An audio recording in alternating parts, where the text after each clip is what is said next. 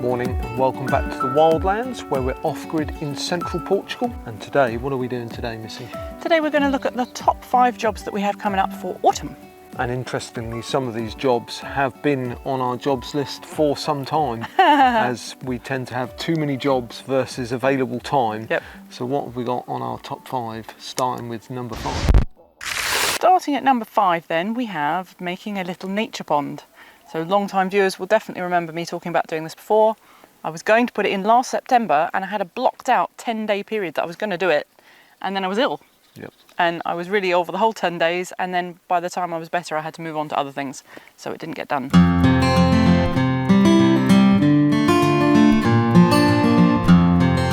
The nature pond's going at the very end of our food forest. At the moment there's just an unkempt little area, lots of weeds and stuff like that we've just let grow, and that's where we're going to dig it in. It's been planned to be there for quite some time, and you might be asking, why has Missy not dug it since September? And that's because, as she said, other jobs, and then by the time she had available time to dig it, it's like 40 degrees and the ground is baked hard, so we have to wait till the first rains before we can do that. Yes, yeah, you have to wait till it's rainy so that you've got the soft ground to do it, but preferably not during the rain, because I don't really like working in the rain either. So that's kind of a fun job, but you're looking forward to that? I'm so looking forward to it, yes. The idea is, calling it a nature pond, it's going to be different. The reservoir is just for holding water that we can use, even though the nature has all moved in. We've got frogs and dragonflies and what was that weird thing we found? A little salamander? Yep. Interesting. But this one is just for nature. There's going to be no pumping, no taking water out of it.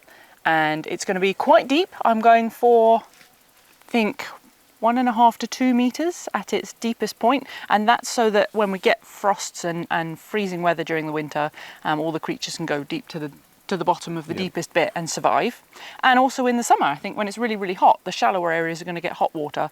So that's why it's going to be deep. And then I'm going to do lots of planting around the fringes and sort of lots of shallow, really, really shallow, like 1 inch areas, so that birds can come and bathe and drink, and all the lizards will come and drink. I'm just hoping that the boars don't come. Yeah, we don't want the boars. No. And you're hoping to have a bog garden area and a little waterfall at one point.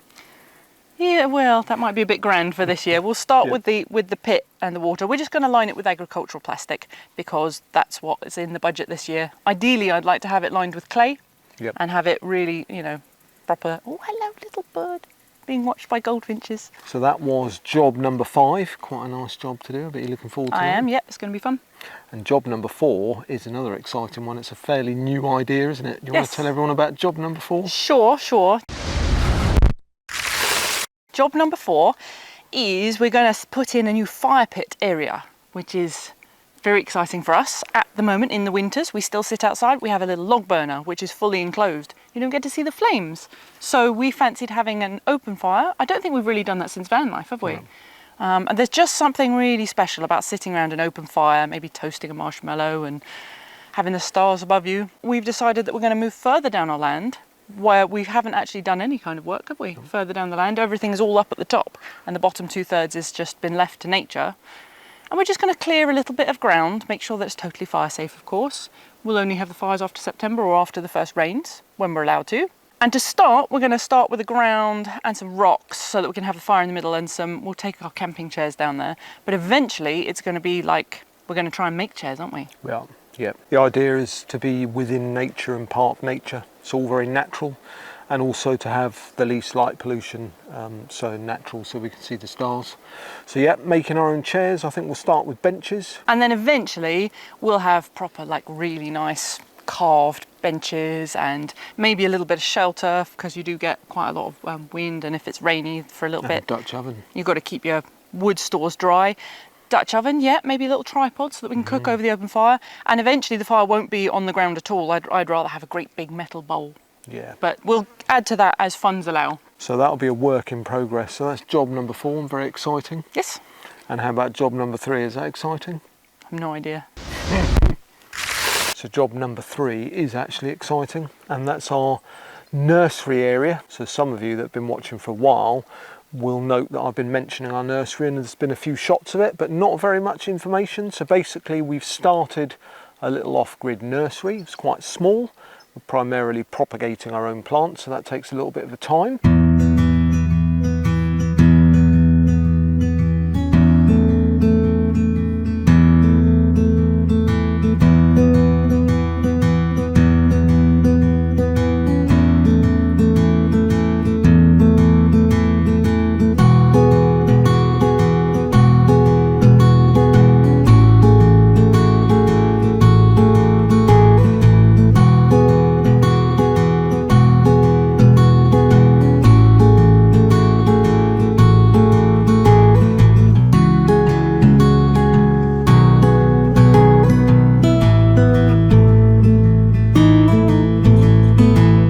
in our first few months of getting the nursery going, we've run out of space. So the nursery job number 3, if you recall when Frank the digger came in to clear the land for our bladder, that you've seen a few times recently, he also cleared 3 terraces behind the bladder, and those are going to be an extension of the nursery, so it's quite exciting. So one of them is going to be shaded, so you can have lots of pots, and then the other ones are going to be nursery beds, which I'm really excited about. I've never done that before. So that's growing plants that will eventually be potted up, but growing them in a much bigger volume in a bed. So for example, you might plant a row of gingers. They will undoubtedly grow faster in the ground, and then when they're ready you can dig them up, pot them on, and they can go and join the other plants in the nursery. So that's job number 3, is extending the nursery and putting lots of shade in for our pots so they can survive our 40 degree, 112 Fahrenheit summers. So job number 3. Job number 2 is all about chickens. Yes, our chickens need a new roof. When we first created the chicken coop and the surrounding fenced in area, they don't free roam because we just live in the woods. We have far too many foxes and other predators. So they're safe in their little fenced area. So the chickens are entirely enclosed in a fence. And then when we leave the land, we put them in a separate area, which is right inside that fenced area, which is really, really secure. And that we left open to the air because when we built it, we thought, well, it'd be nice for them. They'll want some sunshine, do some sunbathing and dust bathing and whatnot. And actually, as it turns out, in the summer, they need shade, so we drape a tarp over it. And in the winter, they need shelter from the rain, so we drape a tarp over it. And the tarp just looks really ugly, doesn't it? So we've got a beautiful coop, and it all looked really nice, and then practicality was tarp got involved. You also had to put pea netting up, stop the chickens getting up on the roof. They like to hop up on the roof and then hop over the roof and get out into our compost bins and stuff. Cheeky little chooks. So we're going to get some proper roofing material. What are we getting? So I've ordered actually today tin roof. So just your standard galvanised, wobbly, corrugated, stuff like that. So so 3 meters by 3 meters. And we've already got a bit of framework there, so it should be a fairly quick job.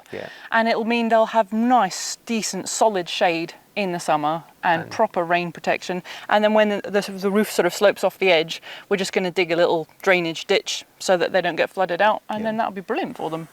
And then we also would like to re-roof their coop, which is just wooden at the moment, and we varnished it with eco-friendly varnish, and it just hasn't survived the weather here, has it? No. Too much rain in the winter, too much sun. So we're going to hopefully make shingles out of pallet wood.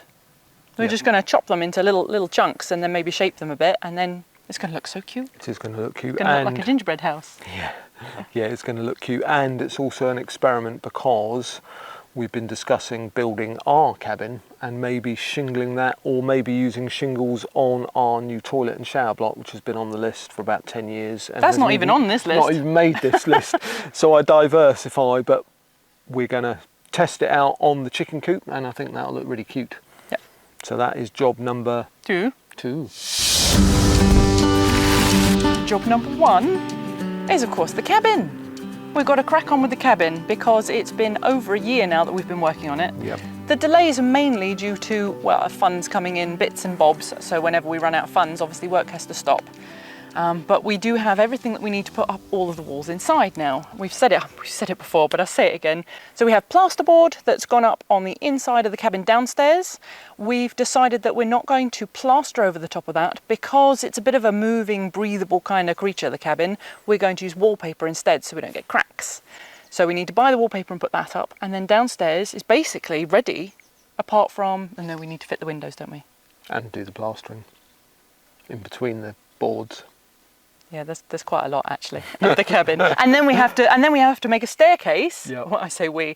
Dom has to make a staircase, and then we've got to go and do the whole of the upstairs, which is going to have insulation first, and then the plasterboards, and then the wallpaper, and then Rosie can paint it. Is that everything? No, I need to fit the upstairs door. Yep.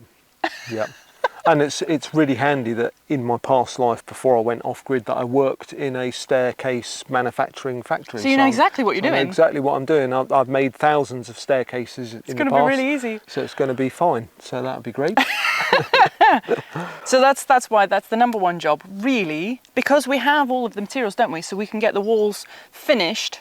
We need to buy a little bit of wallpaper and the paint, but otherwise it's basically finishable, isn't it? The Yeah. cabin at the moment. And that would be really lovely because once those bits are done, I say as though it's some quick and simple little job, it'll only take us a week, then Rosie can start using the cabin, which she's very keen to do. It'd be lovely to have her in there during the cold of the winter because she's got her diesel heater in there already. That's up and running. Yep. And we've had a couple of people messaging about buy me a coffee on Rosie's cabin, particularly people that are really interested in the fact that we built Rosie, our 15-year-old daughter, her cabin and house first before ours. As you know, we're working on a budget, so Rosie is going to put a few things on Buy Me a Coffee. So if you feel so inclined to help Rosie out with her furnishings, pop along to Buy Me a Coffee and you can support her in any way that you fancy. So that'd be really appreciated.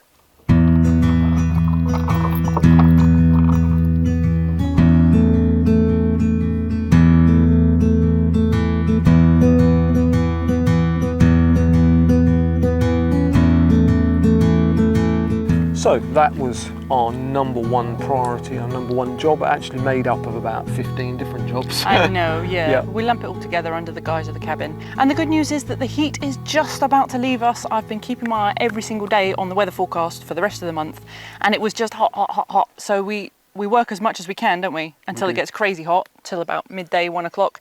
And then we have to down tools until the evening, and then you have to run around doing all your chores. So I'm so excited that looks like it's done. It does. We're going to drop down to 35. So cool. Well, it's not 42 though, is it? No, it's not. And So- it's worth pointing out that we're fair weather workers. So when it's raining, we don't work. And when it's too hot, we don't work. It has If to it's be the really, perfect really cold, climate. we don't work either. And if it's lovely, then we're usually out. So there's very few windows of work.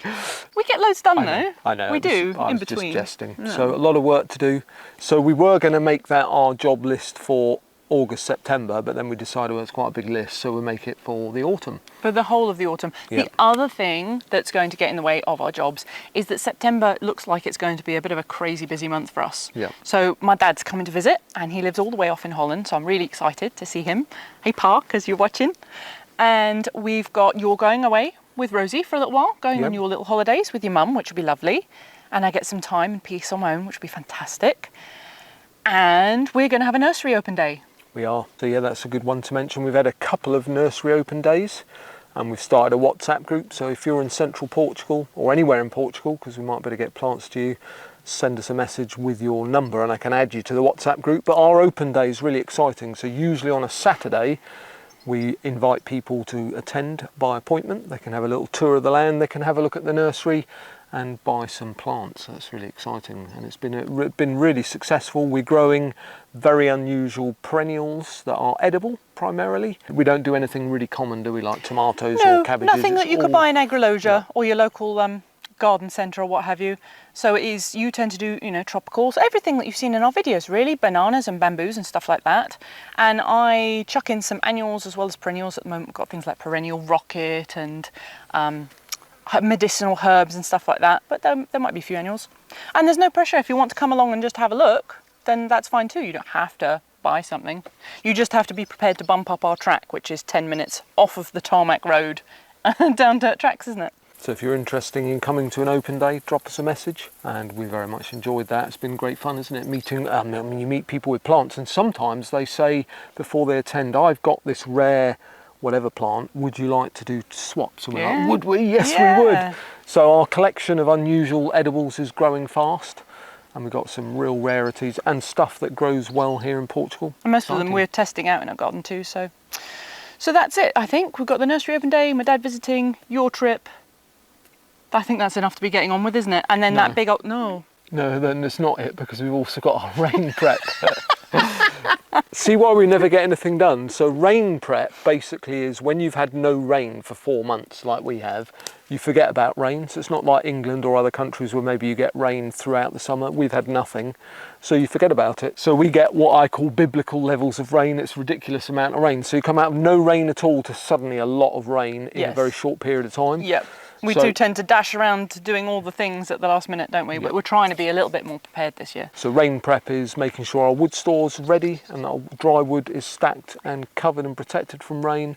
It's going up on the van roof and repairing some silicone leaks where we had leaks last rainy season. Yeah, I don't want to be putting a big plastic bag on my bed to catch the drips again this year. any wood that needs to be covered for Rosie's cabin to protect it from the rain. Yeah, it's silly things like remembering to shut all of the car windows. Yeah. And yeah, bringing in the chairs that have stood outside all through the summer and so on that we don't want to get wet, and yeah.